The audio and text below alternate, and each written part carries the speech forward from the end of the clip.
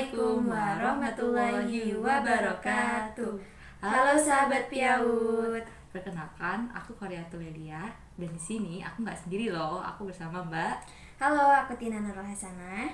Podcast kali ini kita akan membahas tentang siapa aja sih tokoh-tokoh kurikulum PAUD. Nah, Ya. kira-kira Mbak Tina tahu nggak sih siapa aja tokoh-tokoh tersebut?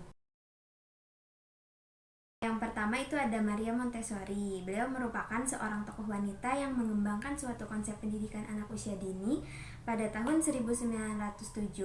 Beliau mulai mengembangkan suatu program pendidikan anak usia 4-7 tahun yang disebut dengan Kasai de Bambini atau rumah anak-anak, dan mengembangkan suatu pendekatan yang sangat berhasil diterapkan pada anak-anak.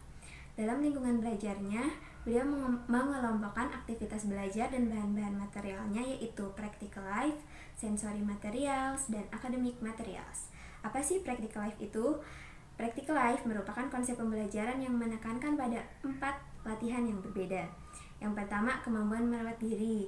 Lalu yang kedua ada kemampuan merawat lingkungan.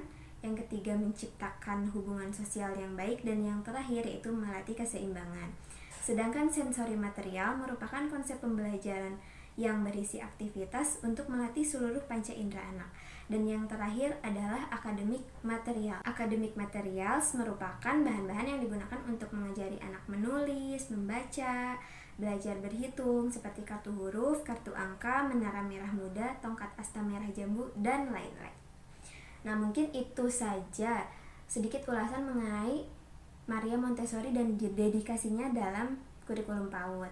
Kira-kira Mbak Kori tahu nggak sih siapa lagi tokoh-tokoh yang berperan dalam kurikulum PAUD? Nah, kalau yang kedua itu Mbak, aku tahu tuh ada yang namanya Sylvia Aston Warner.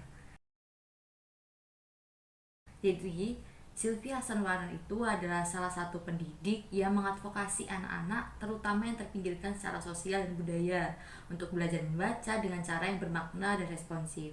Dia menulis dan mengajar tentang menghubungkan suara anak-anak dengan pembelajaran literasi mereka. Ia mencontohkan penggunaan kosakata kunci anak-anak, memanfaatkan sumber pengetahuan anak-anak, menghubungkan kata-kata yang diucapkan dengan tulisan, dan menyusun teks untuk membangun perbendaharaan kata. Ya. Nah, itu Mbak tadi penjelasan sedikit tentang Sylvia Aston Warner. Nah, ada lagi tuh Mbak, selain tokoh dua tadi. Kira-kira siapa Mbak selain tokoh dua tadi? Nah, yang selanjutnya ada Caroline Pratt. Beliau adalah seorang pendidik Amerika yang dikenal karena kontribusinya dalam bidang pendidikan anak usia dini dan pengembangan metode pendidikan yang inovatif. Pada tahun 1914, beliau mendirikan Play School yang kemudian dikenal sebagai City and Country School di New York City. Di sekolah ini, dia mengembangkan konsep pendidikan yang revolusioner yang menekankan pembelajaran melalui bermain. Nah, pengaruh Caroline Pratt dalam kurikulum pendidikan anak usia dini sangat signifikan. Metode pendidikan yang dikembangkan oleh Caroline Pratt terutama melalui pendirian City and Country School dan penggunaan bermain sebagai alat pembelajaran telah mempengaruhi pendekatan pendidikan anak usia dini di seluruh dunia. Itu mungkin sedikit ulasan mengenai tokoh Caroline Pratt dalam kurikulum pendidikan anak usia dini. Nah, yang keempat itu Mbak, ada Constance Kami dan Rita DeVries. Mereka berdua adalah dua pendidik yang memiliki kontribusi penting dalam pengembangan kurikulum PAUD. Mereka terkenal karena pengembangan pendekatan konstruktivis dalam pembelajaran matematika pada anak usia dini. Constance Kami adalah seorang ahli pendidikan asal Peru yang dikenal atas penelitiannya dalam pengembangan pendidikan matematika untuk anak-anak usia dini. Salah satu karya terkenalnya adalah pendekatan number in preschool and kindergarten, di mana dia menekankan pentingnya memahami konsep bilangan sejak usia dini melalui penggunaan bahan-bahan manipulatif dan aktivitas bermain. Terus yang kedua dari Rita DeVries adalah seorang pendidik Amerika Serikat yang dikenal karena penelitiannya dalam pengembangan pendidikan anak usia dini. Dia bersama dengan Lawrence Kohlberg mengembangkan pendekatan konstruktivis yang dikenal sebagai pendekatan kognitif moral yang berfokus pada pengembangan moral dan kognitif anak-anak. Setelah pengenalan sedikit tentang mereka berdua nih Mbak, ada peran dari dua tokoh yang tadi. Yang pertama ada konstruktivisme matematika. Pendekatan ini berfokus pada pengembangan pemahaman matematis yang mendalam dan konseptual, bukan hanya menghafal fakta-fakta matematika. Yang kedua, penggunaan alat manipulatif. Hal ini membantu anak-anak membangun konsep-konsep matematika dengan cara yang lebih konkret dan visual.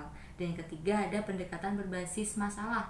Pendekatan ini mempromosikan pemahaman yang lebih dalam daripada hanya mengajarkan rumus-rumus. Yang keempat, ada pemahaman pada konsep-konsep matematis fundamental. Mereka mengedepankan pemahaman konsep-konsep matematis fundamental seperti penjumlahan, pengurangan, perkalian, dan pembagian daripada hanya mengajarkan teknis perhitungan. Dan yang terakhir, ada pengembangan pemikiran matematis yang mandiri. Salah satu tujuan utama kami dan Devris adalah mengembangkan kemampuan berpikir matematis yang mandiri pada anak-anak usia dini. Nah, itu tadi Mbak, perkenalan sedikit tentang tokoh yang keempat. Nah, selanjutnya ada lagi Mbak, yang terakhir nih, ada siapa sih kira-kira? Nah, tokoh yang terakhir banget nih Mbak, ada Karl Breiter and Siegfried Engelmann. Siapa sih Karl Breiter itu? Karl Breiter adalah seorang psikolog pendidikan yang telah banyak berkontribusi dalam pengembangan teori pendidikan, terutama dalam hal pemecahan masalah dan berpikir kritis. Salah satu kontribusi pentingnya adalah pengembangan teori pemecahan masalah berorientasi pada masalah, yang menekankan pentingnya pengembangan keterampilan pemecahan masalah dalam pendidikan. Meskipun karyanya lebih berfokus pada pendidikan tindak lanjut, konsep pemecahan masalah dan pengembangan berpikir kritis dapat diterapkan dalam konteks PAUD dengan penyederhanaan dan penyesuaian yang sesuai dengan usia anak-anak tentunya. Dan yang kedua itu ada Siegfried Engelmann. Siegfried Engelmann adalah pendidik yang dikenal karena pengembangan program pembelajaran sistematis yang terutama ditujukan untuk mengajar anak-anak yang mengalami kesulitan belajar. Dalam satu program terkenalnya adalah Direct Instruction yang didesain untuk membantu anak-anak memahami konsep-konsep dasar dengan cara yang sangat terstruktur dan terarah. Prinsip-prinsip Direct Instruction mungkin kurang sesuai untuk anak-anak PAUD karena mereka sering memerlukan pendekatan yang lebih bermain dan eksploratif dalam pembelajaran mereka. Namun beberapa elemen seperti struktur dan penjelasan yang jelas dapat diterapkan dalam kurikulum PAUD. Mungkin itu tadi penjelasan mengenai Karl Breiter and Siegfried Engelmann. Nah, mungkin udah banyak ya Mbak tokoh-tokoh yang udah kita jelaskan. Mungkin cukup sekian dari kita berdua. Kurang lebihnya kita mohon maaf. Kami akhiri. Wassalamualaikum warahmatullahi wabarakatuh.